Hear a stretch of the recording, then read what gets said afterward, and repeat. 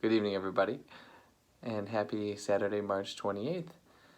Before the day ended here, I felt the urge to just share a part of morning prayer that I read this morning, that I read every single morning because it's in every single morning prayer, and that is the Canticle of Zechariah.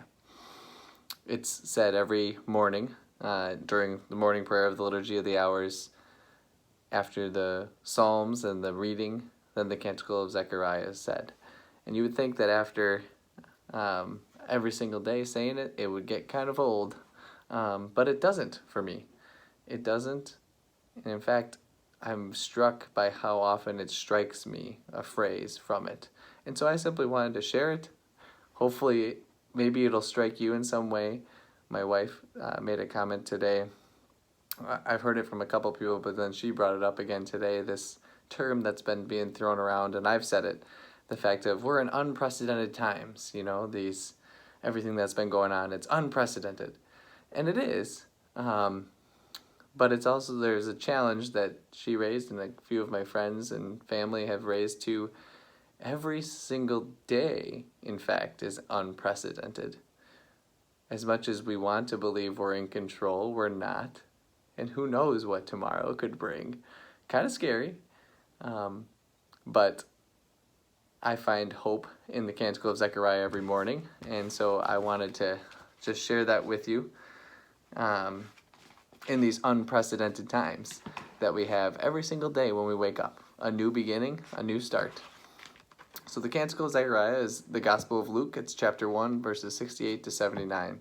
And if you're unfamiliar with this, it's Zechariah, so John the Baptist's father, who was struck mute after he didn't believe that his wife was pregnant by the angels. So he was struck mute for the 9 months that John the Baptist was in the womb. And then when he was born, and at his circumcision, the naming of his son, he said his name will be John.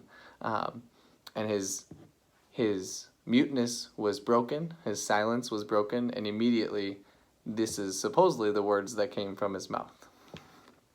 So the Canticle of Zechariah. Blessed be the Lord, the God of Israel.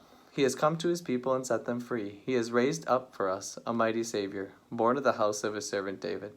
Through his holy prophets he promised of old that he would save us from our enemies, from the hands of all who hate us. He promised to show mercy to our fathers and to remember his holy covenant.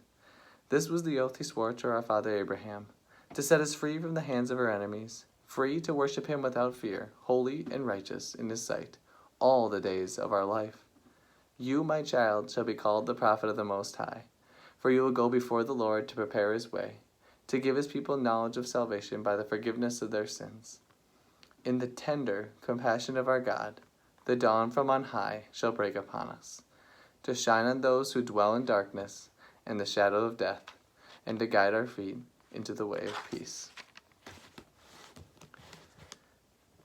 So I hope something in there brings you hope. If you want to read it yourself, Luke chapter 1, verses 68 to 79. Unprecedented times indeed, as every day is.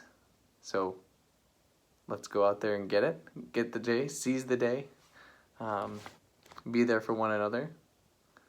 And continue to spread love. Peace, and happy 5th Sunday of Lent tomorrow, when we get to celebrate and remember the raising of Lazarus from the dead. So peace, and have a good night.